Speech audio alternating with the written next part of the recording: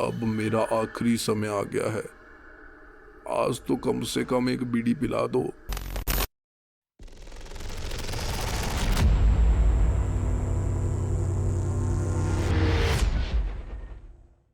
तो दोस्तों, अगर आप भी हमारे चैनल पर पहली बार आए हैं तो हमारे चैनल को सब्सक्राइब कीजिए, क्योंकि मैं हिंदी में आपके लिए मजेदार गोस्ट स्टोरीज लाता रहता हूँ, जिसे सुन के आपको बहुत मजा आएगा और आप मेरी आवाज के फैन हो जाओगे। तो चलिए।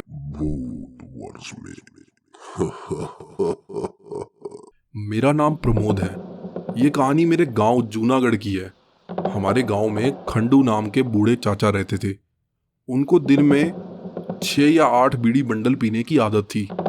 उनके घर में उनकी पत्नी के अलावा उनका कोई नहीं था और ना ही कोई संतान थी। चाचा किसी के खेत में मजदूरी करके गुजारा किया करते थे। उनकी इस बीड़ी पीने की आदत से उनकी पत्नी और उनके साथ काम करने वाले मजदूरों को भी परेशानी उठानी पड़ती थी।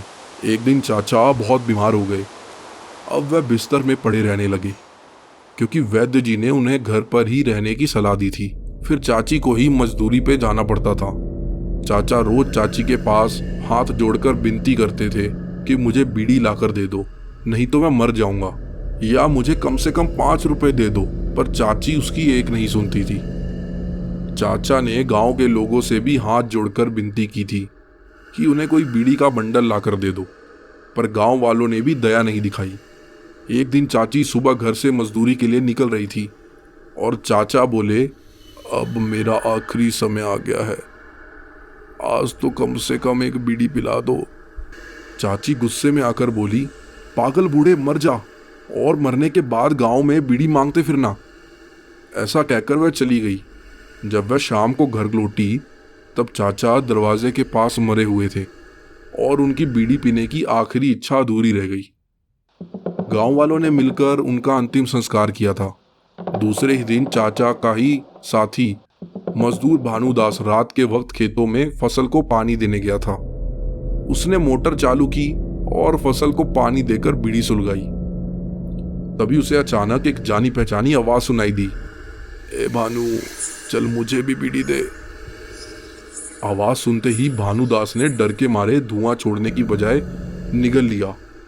जब वह पीछे मुड़ा तब उसे खंडू चाचा दिखे। उनका चेहरा पूरा सफेद था और आंखों के नीचे काले दाग थे। बदन जैसे सूख के कांटा बन चुका था।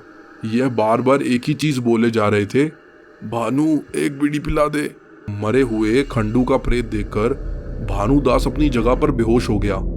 फिर भानुदास रात के 1:30 बजने के बाद भी घर नहीं आया, इसीलिए उसके भाई उसे देखने खेत पर आए। सभी ने जब भानु को बेहोशी की हालत में पाया तब उसके मुंह पर पानी मारकर उसके जगाने लगे। भानु होश में आया तभी उसने खंडू चाचा के भूत के बारे में सबको बताया, और जब भानु ने अपनी जेब टटोली तो उसमें से बीड़ी का बंडल गायब था। घर लौटते वक्त सबने देखा कि खेत में बने चबूतरे पर पी हुई और कुछ आधी सुलगी हुई बीड़ियां रखी हुई थी। उस दिन से कभी कभी खंडू चाचा की भटकती प्रेत आत्मा रात को आने जाने वाले लोगों से बीड़ी मांग रही है। उनके बरसी पर भी गांव वाले खेत में चबूतरे पर बीड़ी बंडल रख देते हैं और दूसरे दिन ही चबूतरा पी हुई बीड़ियों से भरा होता है। माचिस के बारे में सवाल अगर आपके मन में आ रहा है तो यह भी बता देता हूं कि चाचा के जेब में हमेशा माचिस रहती थी। अंतिम संस्कार के वक्त भी गांव वालों ने उनकी जेब में माचिस रख दी थी।